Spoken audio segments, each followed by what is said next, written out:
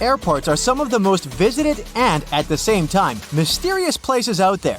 So, let's see what's going on behind the scenes and what secrets airports hide. At some airports, there are special people called profilers. Such people bring to life a special program called SPOT, Screening Passengers by Observation Technique. They analyze your mimics, gestures, and behavior in order to detect suspicious people. Their job is to notice nonverbal signs of anxiety, people licking their lips, itching, or looking around a lot. If a profiler notices a person acting in an unusual way, they can invite them for an inspection. There, they talk to this person, trying to find out more about them and confirm, or not, their suspicions. Airport agents might also be watching you all the way from the security check to your gate. Some airports have facial recognition scanners that can easily track you. They're equipped with special software that compares passengers' faces with their IDs. Keep in mind that if you don't charge your laptop before the flight, it may be confiscated. It's not uncommon for an airport security officer to ask you to power your device up. If you fail to do it, your gadget can be taken away for an additional check. For safety reasons, it's crucial to make sure that it hasn't been tampered with or modified in a way that can cause harm during the flight. Packing an electric brush in your check-in luggage may land you in trouble. Brushes produced by some brands have lithium batteries inside, and those can potentially lead to serious problems in the air. That's why leaving your electric brush in your checked suitcase isn't an option. But you're allowed to store them in your carry-on bag. At the same time, if your device runs on AA batteries, you can put it wherever you want.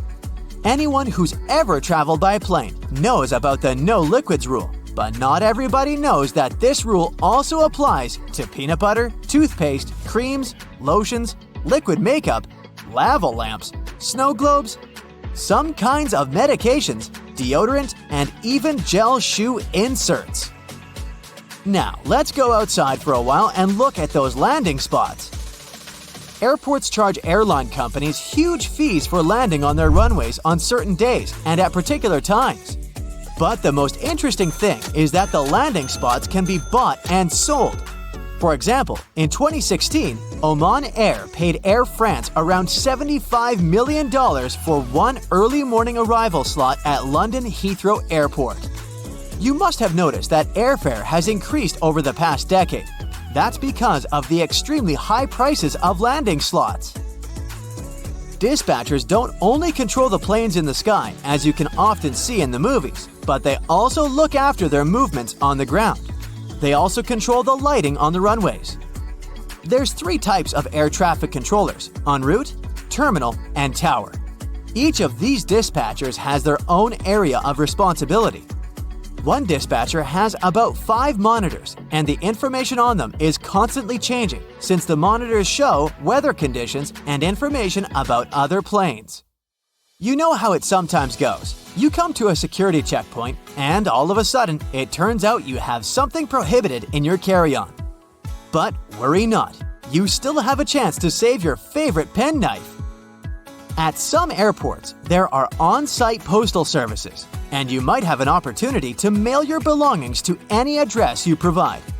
But the mailing fees are pretty high, plus certain items are prohibited, and the postal service won't deliver them. Airports can be selling your lost luggage right now. Of course, I don't say that there's no chance for you to get back your suitcases that's traveled to a different destination, but just as likely, you might not see it again. In this case, an airport has the right to sell your misplaced belongings at an auction. Most airports have an annual lost luggage sale. After paying an entry fee, you can bid on electronics, clothes, bags, and other stuff. While flying, you might have a celebrity on board, but you won't know it. Large airports have separate check-in and security procedures for celebrities. They often board the plane directly through a hidden door located beside the jet bridge. Some airlines also use cool cars to transfer VIP passengers from the terminal building to the plane. At the same time, most people come to the airport well ahead of time. And the most popular activity while waiting for a flight is wandering through the duty-free zone. And even though people rarely plan to buy anything there, different products end up in their shopping baskets. That's because lots of airports are designed in a special way that makes people feel relaxed and at ease. I'm talking about all those huge windows, a lot of light, massage chairs, and comfortable seating areas. And statistically, calm passengers are 10% more likely to spend money on retail, duty-free, and food. Designers put a lot of thought into airport layouts. It helps to ensure the smooth flow of travelers. And the main point here is easy navigation that can prevent people from getting lost. This is achieved through subtle but very effective design cues.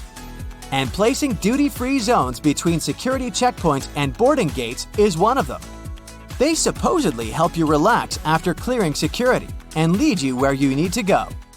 But speaking of food, a celebrity chef restaurant at the airport might not be as good as it would be if you were visiting the real thing. Not chefs themselves, but special restaurant companies are responsible for airport outlets. One of the reasons is the extremely strict security that surrounds airport deliveries, including food. You may still have a nice meal, but it won't be the same. Now, I'll tell you about one more way airports manipulate you into spending your money. They make you walk through the shiny duty-free stores straight after the security check. But the most curious thing is that the walkway through such stores usually veers to the left.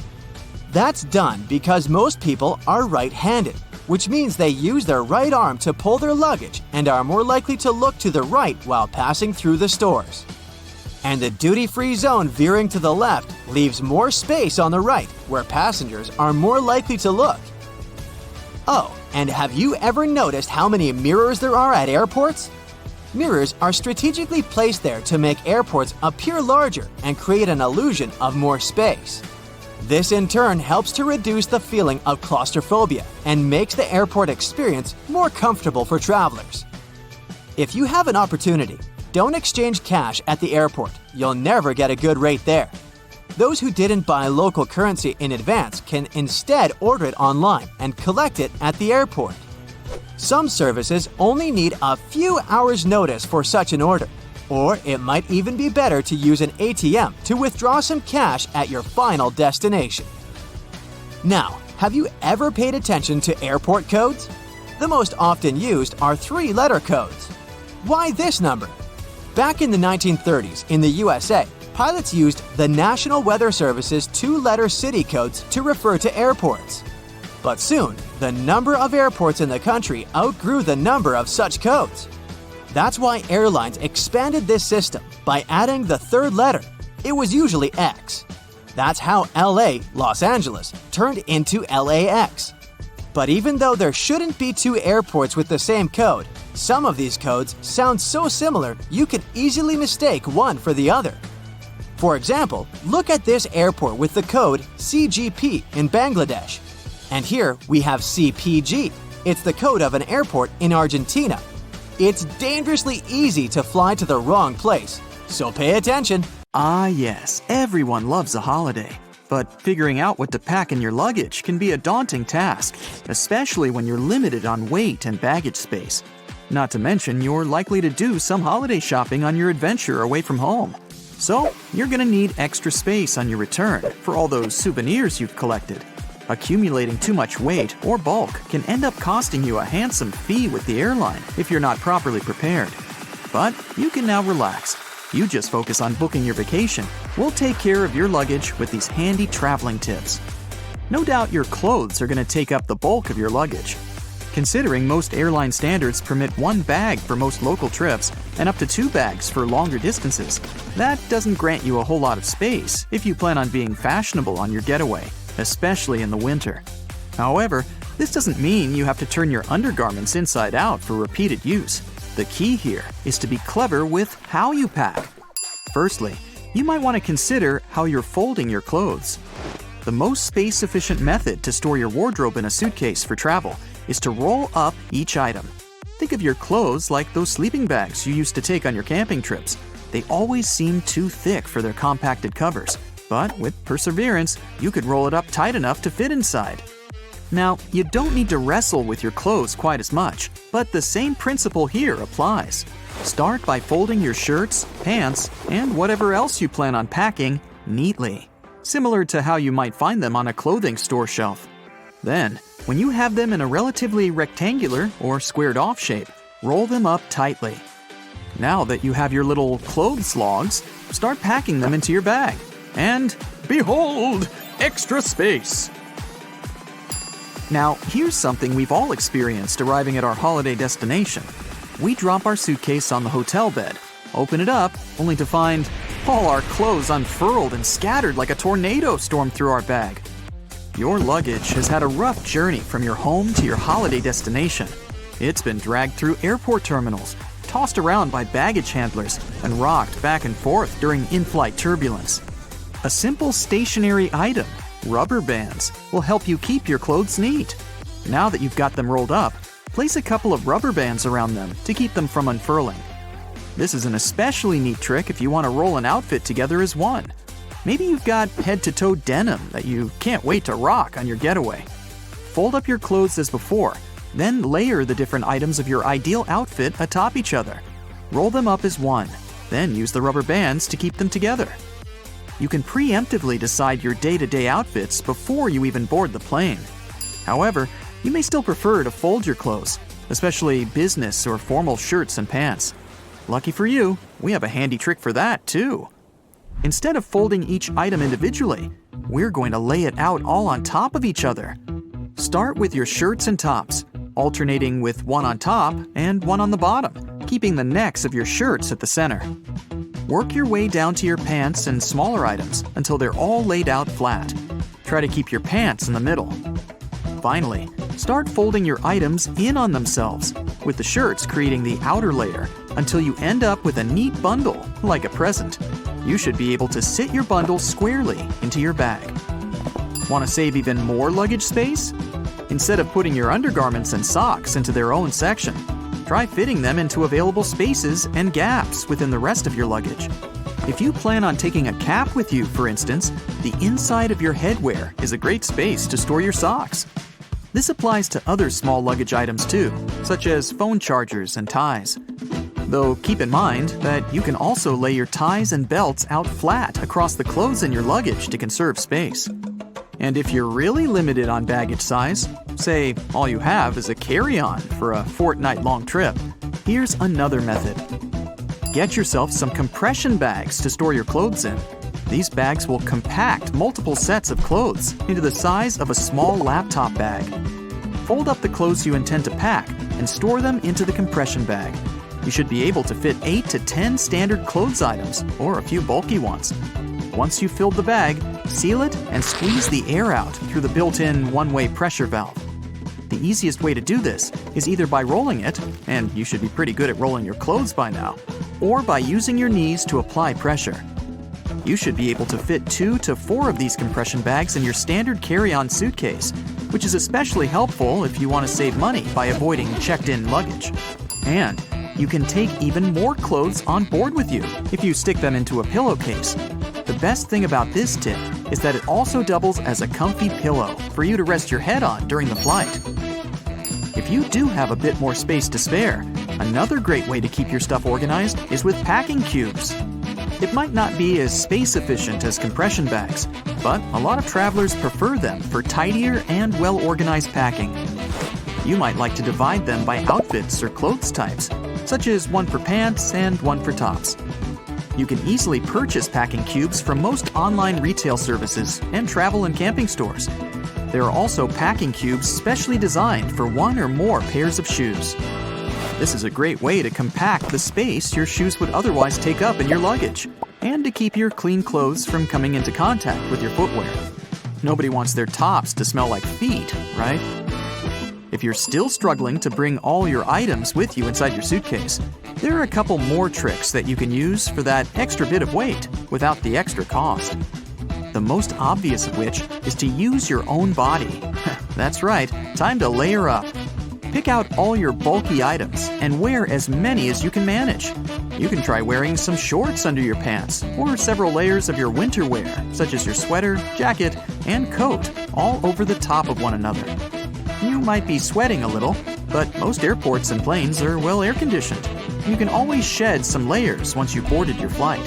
At least you'll have some warm wear to snuggle up in if you do get cold up there in the clouds.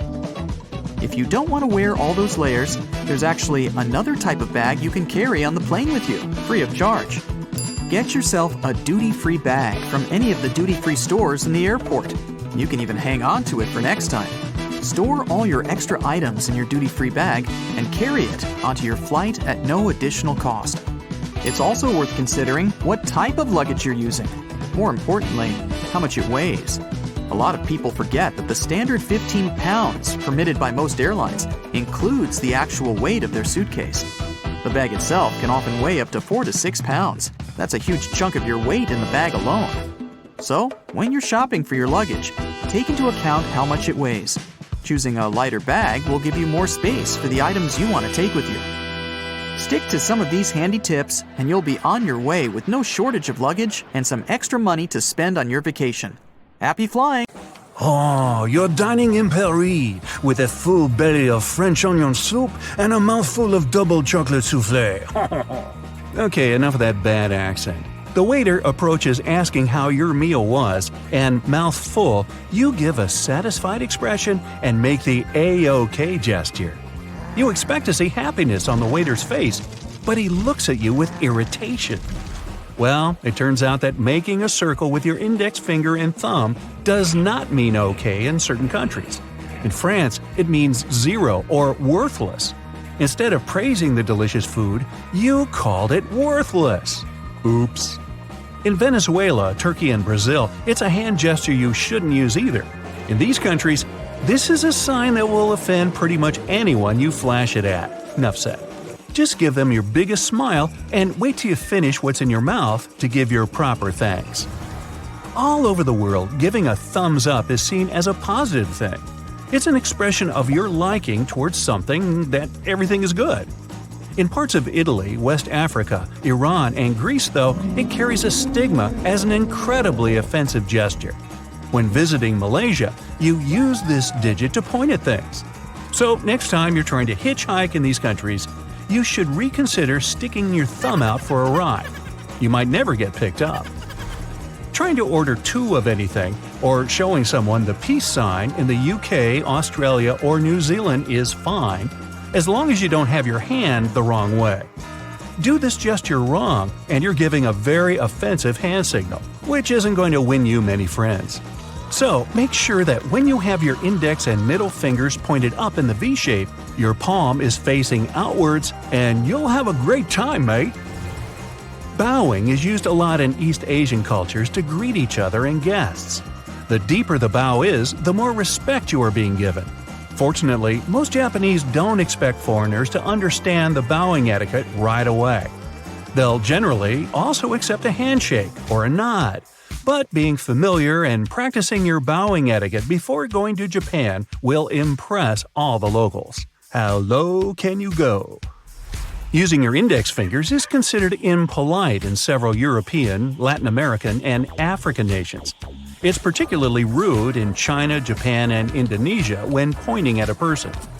The gesture might be taken as you singling someone out to blame or insult them. If you ask for directions in the Philippines, you might be left scratching your head, wondering where they're pointing. Don't be alarmed. The locals use their lips instead of raising their hands. When in doubt, wherever you are in the world, just gesture toward a person or place using your entire hand. You might think that sticking your pinky finger out makes you look fancy, but in China, it's frowned upon. This gesture is the same as giving a thumbs down and meaning that something is making you unhappy.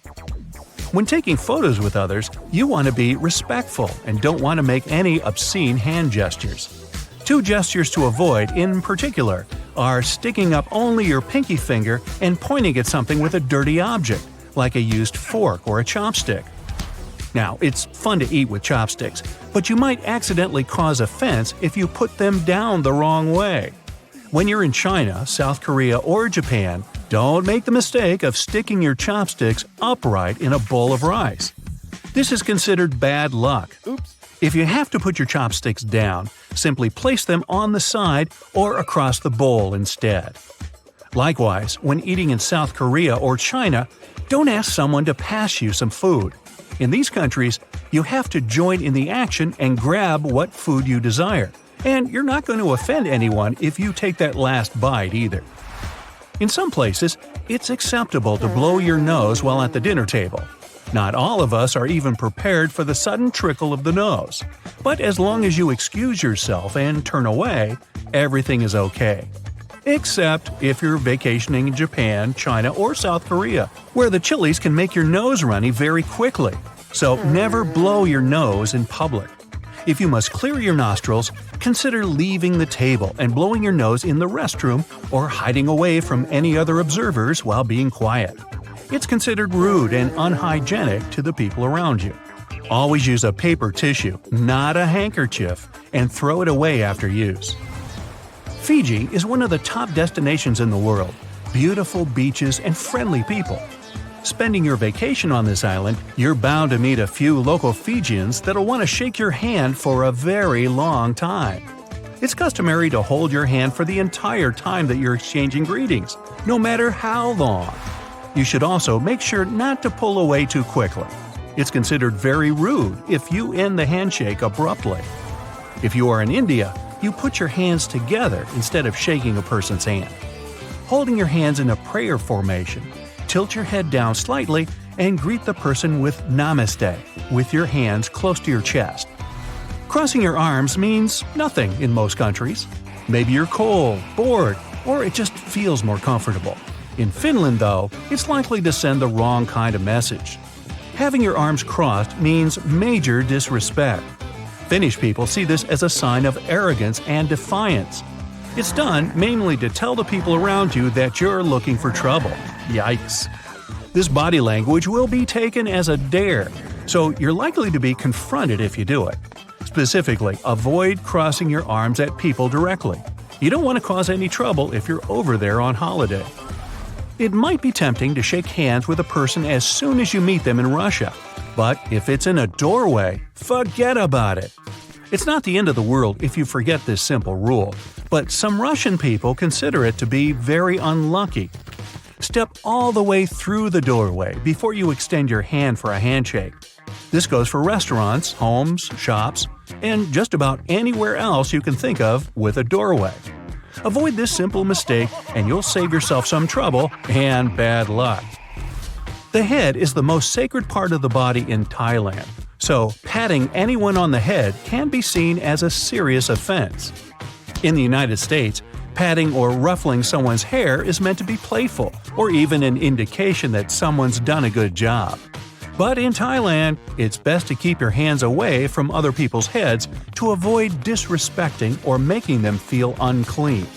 It's also wise to not point with your toes, as feet are considered the dirtiest part of the body. While on holiday, the last thing you want to be doing is insulting people. Looking at your watch in the middle of a conversation can be considered extremely rude in the Middle East. It looks like you're in a hurry to get away from the person you're talking to. Even if you've got an appointment for something, you don't want to be rude. Let the conversation run its natural course before checking the time. In Arabic culture, once communication has started, it must take its time. Get it? Don't ever use the palm out, fingers up stop gesture in Greece.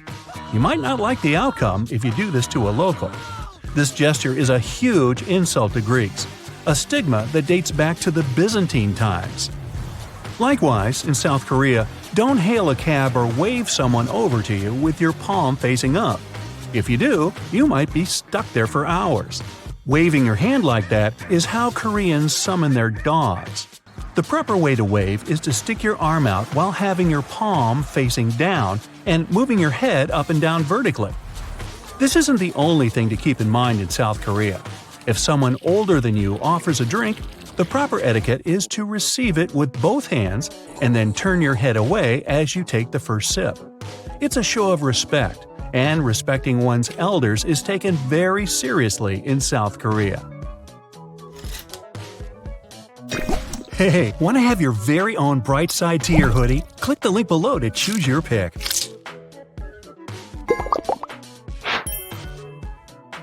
Now, flying has long become routine for many people, but even frequent flyers sometimes don't know about things you should never do on a plane. Ooh.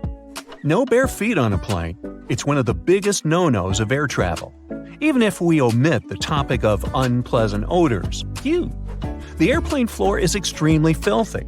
People with contagious foot problems might have been walking the aisles barefoot before you. There's likely to be a lot of dirt left after previous passengers. And don't even get me started on the floor in the lavatories. Ew. If your feet need some freedom, take off your shoes, but at least wear your socks, or bring along a pair of light slippers. Keep in mind that the pressurized air in the passenger cabin is just as dry as it is in the Sahara Desert, with only about 20% humidity. That's why your skin may feel discomfort after a flight. But wouldn't it make more sense to install several humidifiers that could add some moisture? But this extra load would cost airlines lots of money. Plus, the plane's airframe is mostly made of aluminum and other metals, and humid air could lead to corrosion. So, don't forget to bring a moisturizer and use it during the flight. Always secure your tray table as soon as the plane starts moving on the tarmac, and never lower it during the takeoff and landing. It's a security measure, which ensures that you and the other passengers will have a clear pathway in case of an emergency evacuation. Also, keep your seat in an upright position during takeoff and landing. First of all, a reclined seat can seriously slow down an emergency evacuation, since it will block a person sitting behind. What's more, the more backward you're leaning, the harder it is to get into the brace position during an emergency landing. Now try to avoid snoozing during or right after takeoff and landing. For one thing, it's not the best thing for your health. The main problem is that the air pressure inside the cabin changes very quickly during these phases of the flight. This, in turn, affects the air pressure in your ears. It's important to be alert during this time to relax and open up your ears, for example by yawning or swallowing frequency. Chewing gum works for me. If you're sleeping, you can't do this, which can lead to permanent damage. And of course, there's a safety issue. Most accidents happen during takeoff and landing. If you're sleeping during these stages, you might not be alert and conscious enough if an emergency happens. Now, this next recommendation comes from the EPA, the Environmental Protection Agency. According to them, you might want to skip on hot drinks on a plane. The water used to make tea or coffee doesn't come from bottles, it's regular tap water. And water tanks on airplanes are often old and full of bacteria. In 2004, there was a study which found that more than 12% of water samples contained harmful bacteria. But if you still decide to have a cup of hot beverage on a plane, never pour coffee or tea on your own. Flight attendants are trained to handle this task in crowded aisles of a moving airplane and won't accidentally burn you or other passengers. Now, it's probably better if you don't order Coke on a plane. The cabin pressure, so low up in the air, causes a lot of foam. For apparent reasons, flight attendants don't want to serve you a cup filled with froth. That's why they'll fill only half the cup, then wait for the bubbles to settle, and then finish pouring. That can take ages. Keep your air vent open. This way you'll minimize the spread of germs. Planes have high-quality air filters. They'll catch up to 99% of all airborne germs, so you should be safe there. But make sure to wipe that tray table. With 8 times more bacteria than the toilet flush button, it's the dirtiest place on board. Another thing you should avoid is leaning your head on the window if you have a window seat. You never know who occupied your seat before you, and, in any case, the glass is likely to be covered with germs. Say no to backless sandals and high heels on a flight. I do. There are very serious safety reasons for such a request. The first is that both these types of footwear make it very difficult to evacuate the aircraft fast. If you wear high heels, you will anyway have to leave them behind in case the crew is using emergency slides during an evacuation. The heels are very likely to damage the slide, so off they go.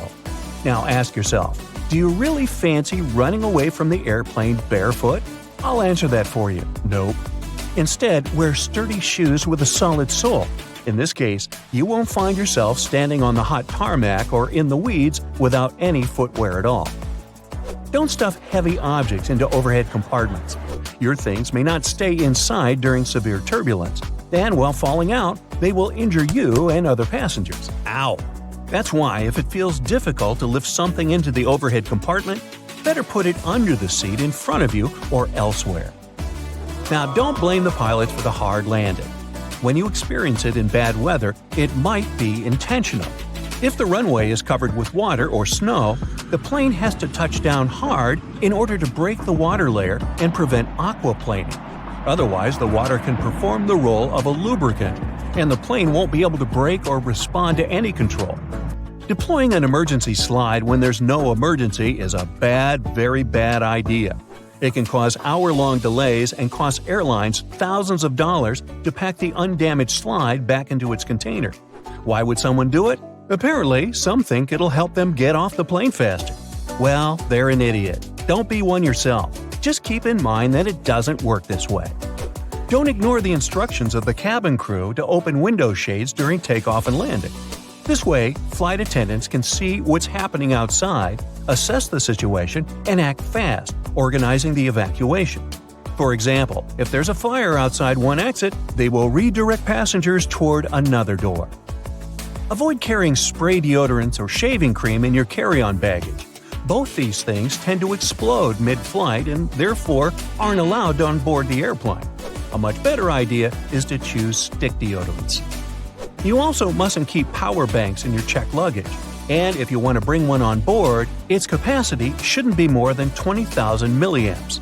Besides, you shouldn't use them during the flight since they might catch fire. In general, lithium batteries are safe to use, but since they're high energy, they can catch fire if they're not treated with care, misused, or if there's a manufacturing fault. Such batteries have been the cause of quite a few fires on board airplanes, as well as during ground handling. Do not worry about airport scanners, they won't harm your health. Otherwise, airport employees wouldn't be able to stay near them without special clothing. Even when you're passing by a baggage scanner, the risk is minimal. And the last one, don't act like a jerk on board. Behave yourself. I know you will. Also, never try to land a plane on your own. Nah, don't laugh, I'm not kidding. In movies, they often show us that something happens to the pilots and they can't land the plane. And that's when the main character, a very skillful person, starts their game. Unfortunately, it's close to impossible to do it in real life. Even if a person is a genius, is fond of computer simulators that match the real model of an aircraft 100%, and is ready to follow all the instructions from the ground, they're likely to fail due to one simple aspect: stress. It is true that there have been cases throughout history when amateurs landed smallish private planes after the incapacitation of a pilot. However, there has never been a case of a non-professional pilot landing a commercial passenger airplane. It's only in the movies.